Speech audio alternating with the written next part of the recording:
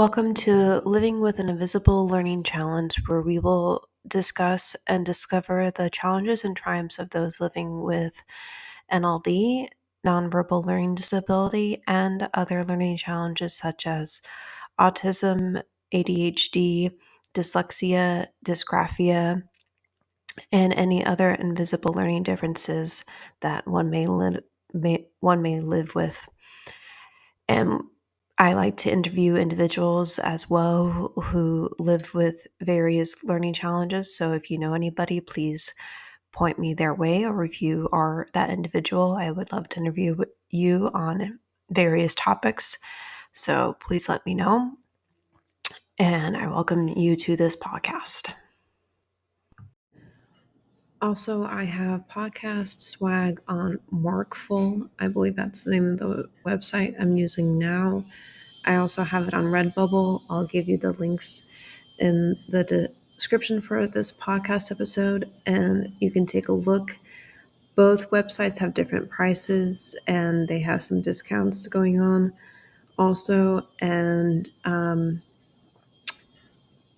one has t-shirts and some apparel that you can buy and some drinkware. So see which one you would like better.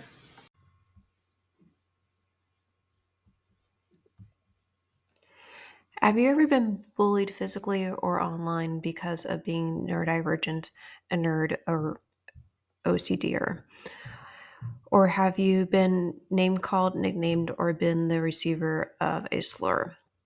Or worse, are you your own bully because you think you are a burden to others? Today's episode is inspired by some articles that I read recently and feelings that I've been wrestling or struggling with over my own whole life since I was diagnosed as an NVLDer, PTSDer, and chronic migraine warrior. This episode wasn't easy for me to write, and I suspect it won't be easy to read or record it either, and perhaps to even listen to it. But sometimes that's the way you have to process emotional experiences in life, by sharing them with others so that they hopefully don't have to go through what you did or do. Or if they have gone through something similar, they can learn from your experience to help their situation differently. The first article I would like to quote from is titled "Why Geeks Get Bullied." In parentheses, it's not necessarily for being geeks. Close quote. By Noah Berlowski, written on January 31st, 2013. Open quote. This isn't to say that geek is solely a class marker, nor that geeks experience bullying solely because of class resentments. On the contrary, I think people get bullied for lots of reasons. Most notable of these, perhaps, is homophobia, which is used not just against kids who are gay, but against kids who don't fulfill gender roles in a variety of ways. Said failure to fulfill gender roles, including, for example, being more into Dungeons and Dragons than football. For that matter, class status and gender issues often map onto each other so that intellectual interests of any sort can translate in the schoolyard into being seen as insufficiently male. People can also take flack for their hobbies, of course. I've had people in comments on this very site dismiss my writing on the grounds that I'm interested in comics, but I think people who identify as geeks can tend to emphasize such interest-based friction while underestimating class and gender tensions, which may have a lot more explanatory force. Thus, for instance, this piece from The Guardian on Alan Turing argues that he was ostracized in school because of his Asperger's and his genius, which is no doubt true. But it completely fails to mention his homosexuality, which is, after all, the main reason the British government decided to hound him to death. Close quote. So for that one article, for me, my bully experience was the first one, which I've shared with you before in the podcast, but it's been a while. I was bullied in Girl Scouts growing up. And one of the experiences I do remember, we were at a American Idol concert, I believe, and I was dancing to the song. I don't remember what the song was, but I was dancing to it. And I heard some of the girls in the background laughing at me and pointing at me. And I didn't remember, I didn't know in that experience that they were making fun of me. But looking back at it, I know now that's what they were doing. And I think I had a friend dancing with me too. She stopped dancing. I remember that I was still dancing because I was having fun. And that's all I really remember. But I don't even remember how I felt in that moment, other than having fun. I don't remember if I was humiliated or embarrassed or what. So, yeah, that's just kind of strange even trying to recall that. But with the article, I think I can kind of relate to that because I don't know if I really felt like a geek growing up or so much of a nerd, just because I was pretty smart in high school and in the previous grades because I worked really hard to be smart. I had tutors, fortunately, and I tried to remember what I was taught and what I learned, and I took pretty good notes, I think, and I was able to recall it better if I was doing speech to text notes. I remember that. And I guess what I'm trying to say is I can, even though I was homeschooled, my social groups were Girl Scouts and church. So I guess I was isolated and the bullying was isolated also. So I was fortunate that I didn't experience much of it until I was in high school, until I was in Girl Scouts, which was middle school and a little bit of high school. And then I quit because I didn't like being made fun of with the cliques. And let's go to the next article after I get some water.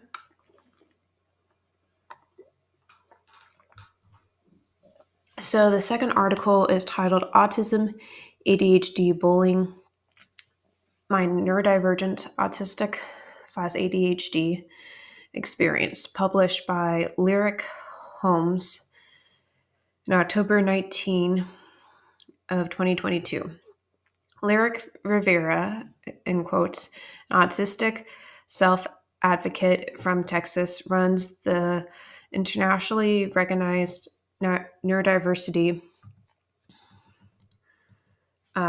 lifestyle blog, Neurodivergent Rebel. When I would move a certain way or talk about a subject that other children did not have interest with, I would be called weird or twitchy or the R word or other things by the kids. Other kids, especially little girls, were some of the meanest people I dealt with as a young person, and even teachers often were not helpful. For example, once I went to one of my teachers and told them that I was being bullied and picked on, And the teacher response was, if you would just act normal, the other kids would leave you alone. Close quote. Wow. Yeah, that teacher's response definitely was not helpful. So I've run across Lyric before, and I really like her work because I can relate to some of the things that she has expressed with just not so much from my own experience, but from feeling like teachers might not understand what special ed kids really need in school. And actually, I do have my own experience, and this was in college. So I remember, and I think I shared this once on a previous podcast episode. I remember I was working on a group project, I think, and I was trying to understand the lab part of it, the instructions. And so I went to office hours for that professor. And I'm not even sure I remember that much of the project right now, but all I remember was I couldn't understand the instructions. And the professor was trying to describe it to me. And I think the way he was describing it was kind of unclear to me. And I was trying to help him understand how I was interpreting it. And I got frustrated. I think he was getting a little frustrated too. And so all I remember right now is that I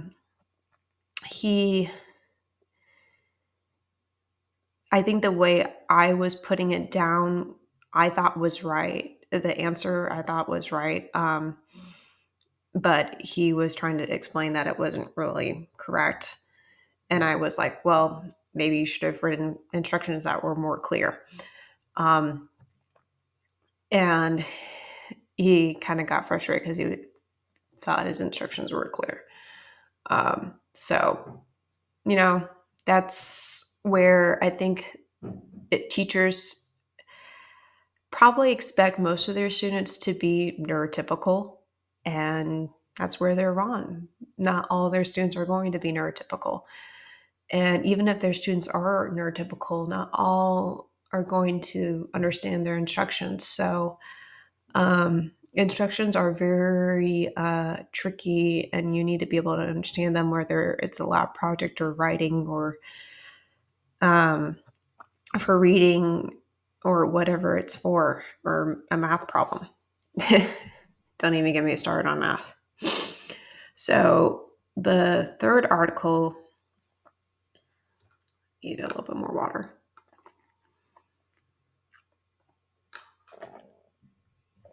Is titled, and this is the last one I'll be using, The Roles of Bullying and Victimization in OCD and BDD, an international sample by Neurodivergent, sorry if I didn't say that correctly, who has a PhD, and Tanya Borda, who also has a PhD from Sony. And I'm going to look up what BDD is just a sec.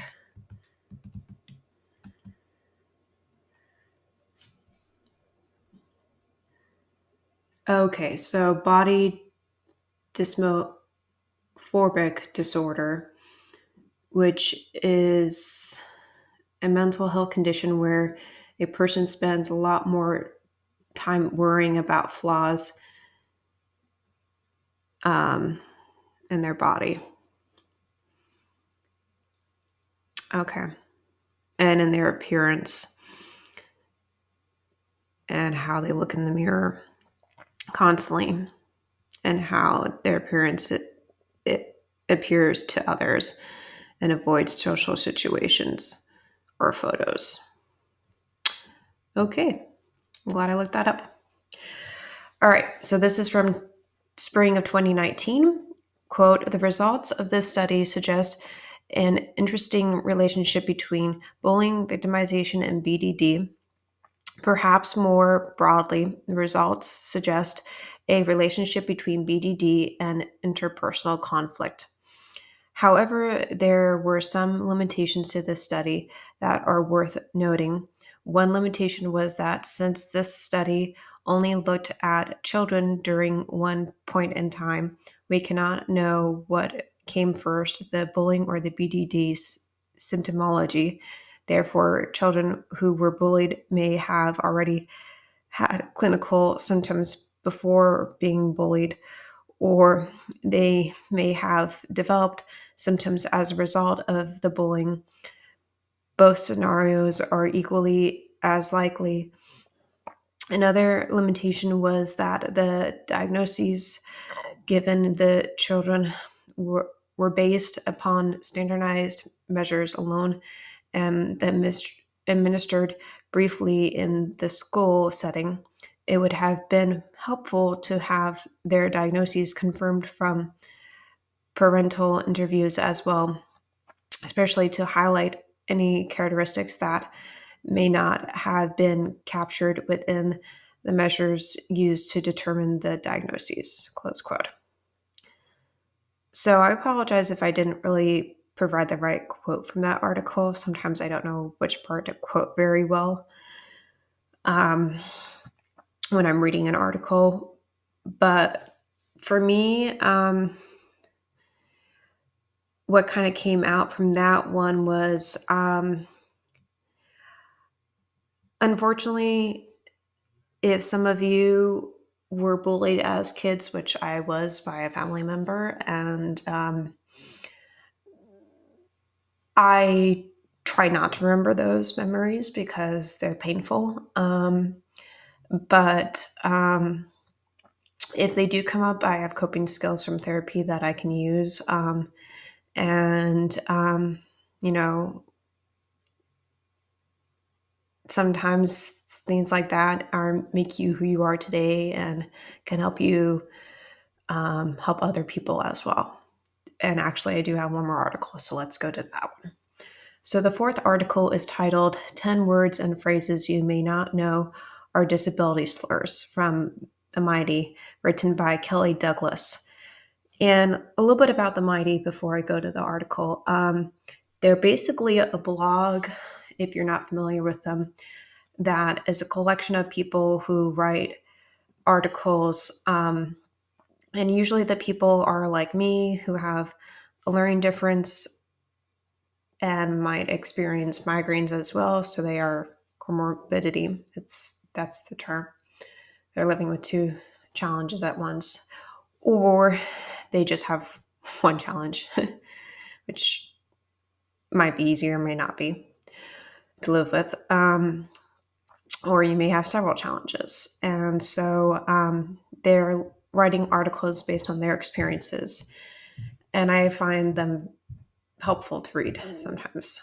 And I say sometimes because sometimes I can't read the whole article, just depending on how I'm feeling that day. So I'm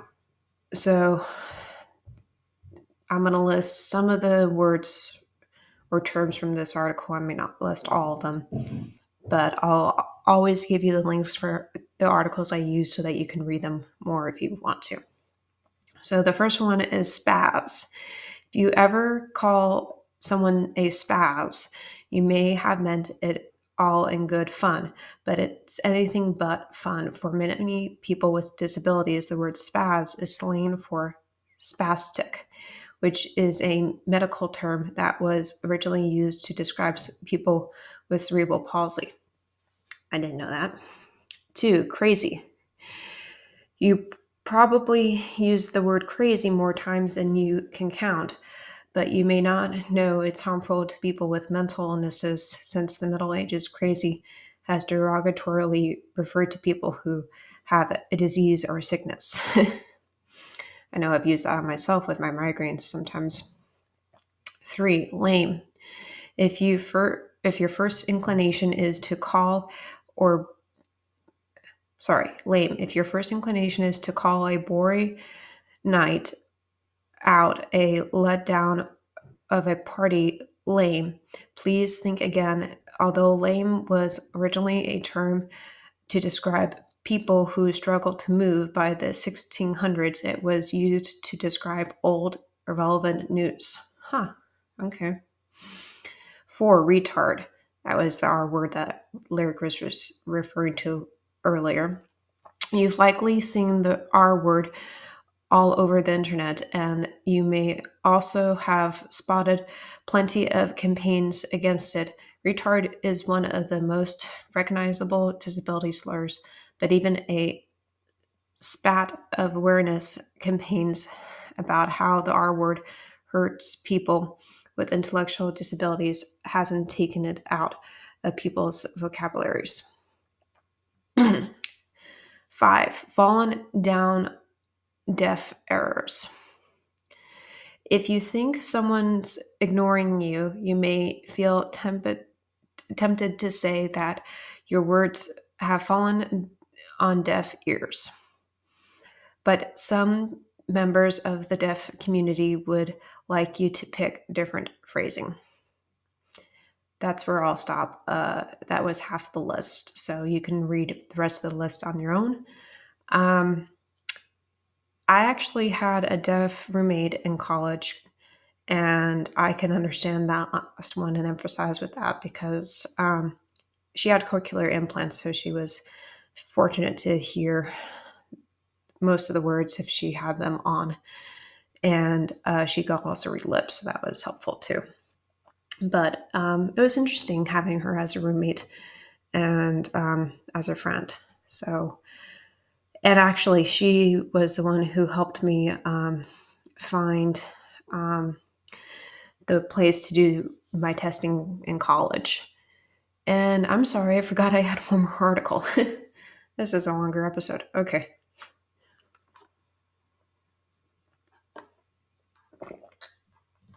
So, last article, and promise this is the last one. Okay. Is titled Neurodivergence, a Burden on Society or a Source of Strength by Nathaniel W. Halling, I think. Written on March 22nd of last year.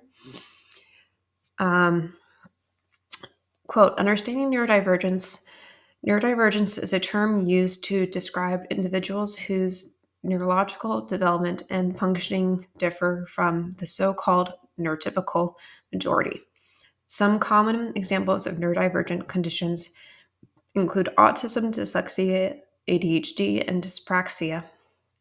These conditions often impact the way individuals process information, communicate, and interact with their environment.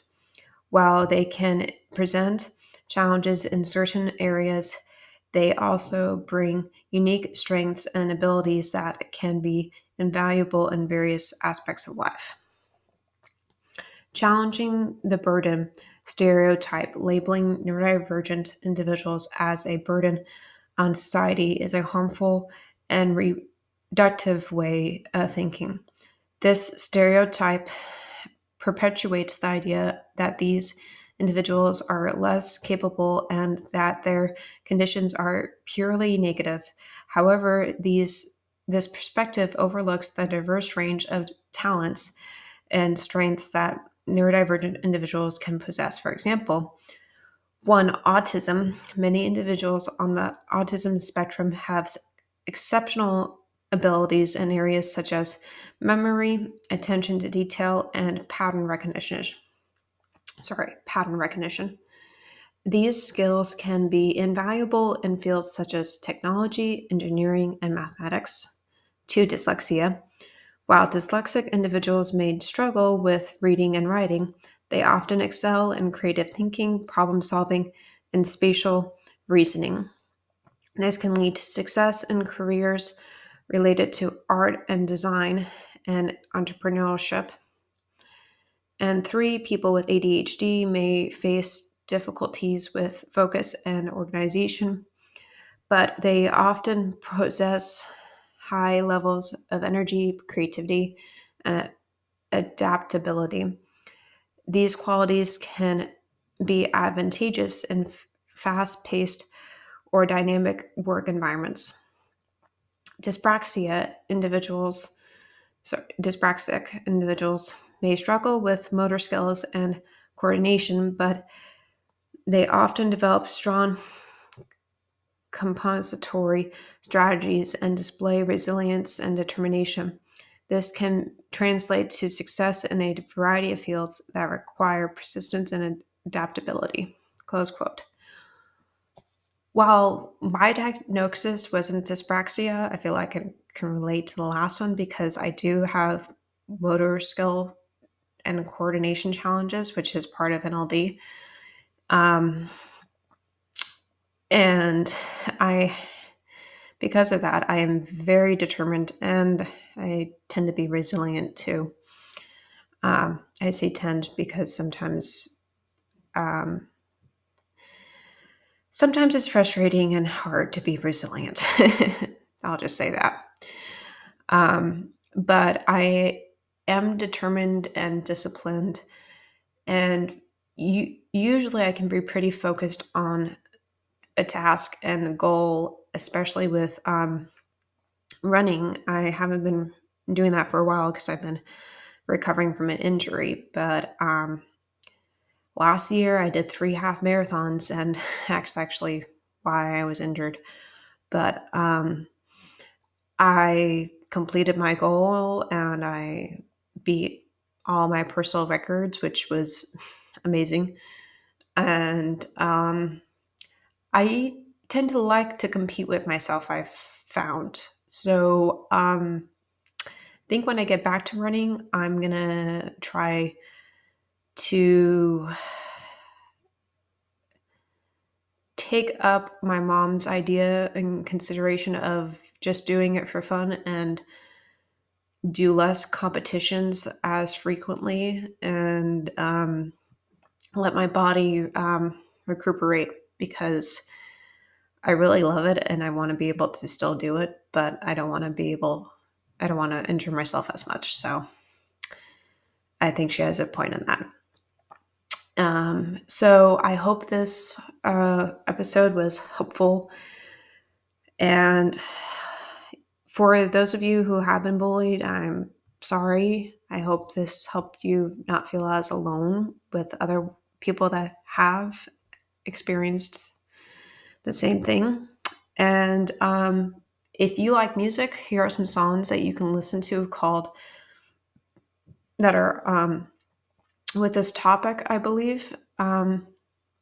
So the first one is Invisible by Hunter Hayes. I like that one a lot. And the second one is I Learn and I Forget by Daniel Nahmod.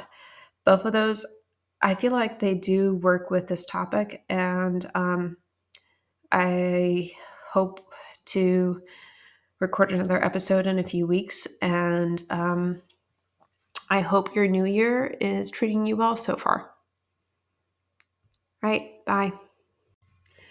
So one of my sponsors for this podcast is called Patreon, and that is a site where you can go on and donate money to creators who you would like to support.